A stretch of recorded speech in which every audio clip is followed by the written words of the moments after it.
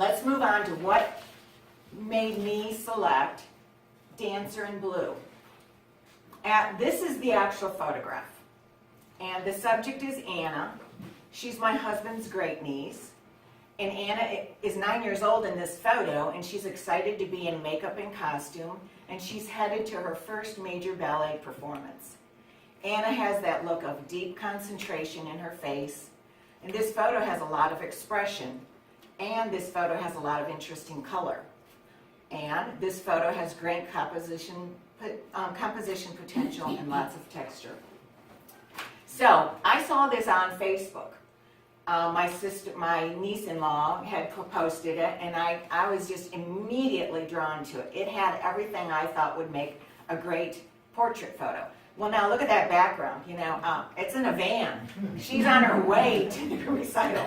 So I wasn't going to paint that gray van in the background looking out the window, but I wanted to create that feeling. So if we go to the next shot, here's another little quote for us to remember when we're ready to create our painting. Before we can start thinking about a painting, a beautiful smile or expressive eyes, we must consider the fundamental goal of creating the illusion of three-dimensional solid form on a two-dimensional surface. As we all know who paint portraits, you know that. To do that, it helps to know that our eyes really see three things: shapes, values, and edges. Another great book, Jan Kuntz. She's a watercolor portrait artist, and I have her book up here too. That says it all, again, is if we can accomplish those three things in our portrait painting, we've really accomplished taking that, creating that illusion of three-dimension into two-dimensional space.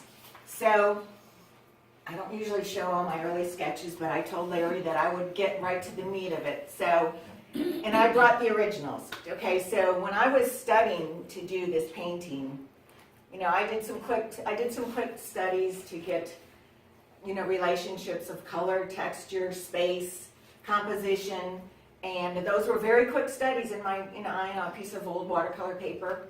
And then I just got to work on getting started with the painting, and there's my reference photo in the backdrop. Probably many of you do the exact same thing. Next slide, please.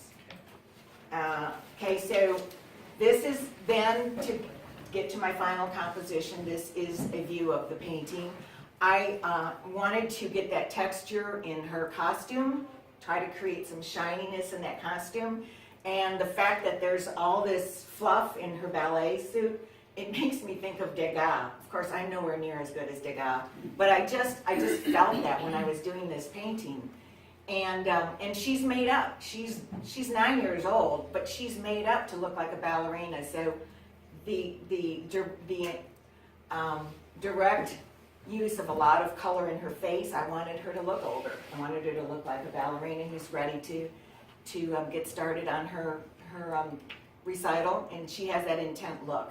And so as you can see, I created a totally different background with highlighting some areas and just letting it fade away in other areas.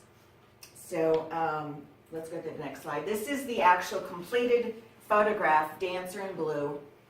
It was on display in the spring show.